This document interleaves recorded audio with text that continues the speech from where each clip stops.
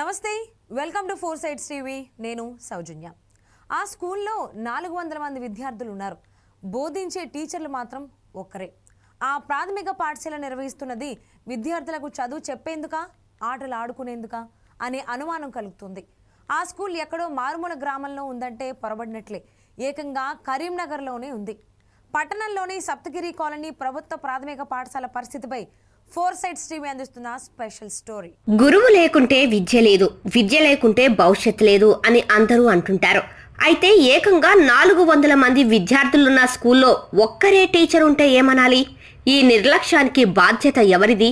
ప్రభుత్వ పాఠశాలలను ప్రైవేట్ స్కూళ్లకు ధీటుగా తీర్చిదిద్దుతామని సీఎం రేవంత్ రెడ్డి ఒకవైపు అంటుంటే, అధికారులు మాత్రం సర్కార్ స్కూళ్లను మరింత అధ్వానంగా మారుస్తున్నారనడానికి ఇదే నిదర్శనం. కరీంనగర్లోని సప్తగిరి కాలనీ ప్రభుత్వ ప్రాథమిక పాఠశాలలో 400 మంది విద్యార్థులు ఉన్నారు. ఆ స్కూల్లో 7 ఉపాధ్యాయులు అపాయింట్మెంట్ అయ్యారు.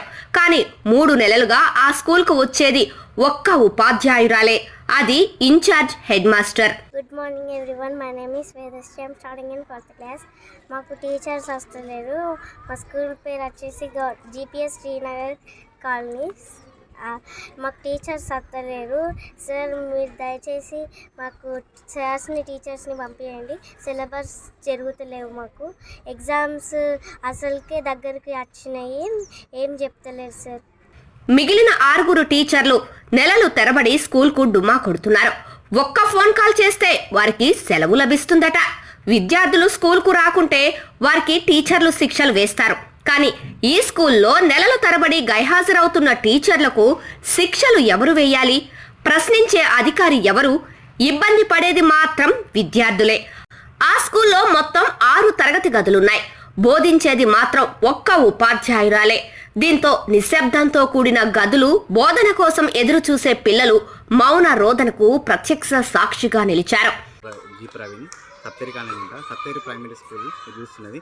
అందులో ఏంటంటే దగ్గర ఇప్పటికీ ఒక 2 months నుంచి ఎవరైనా కూడా టీచర్లు కానీ సార్స్ కానీ వస్తుర్రు వెళ్తురు. ఏమైనా అడిగితే డిప్రెషన్లో ఉన్నారు, లాంగ్ లీవ్లో ఉన్నారు అని చెప్తున్నారు.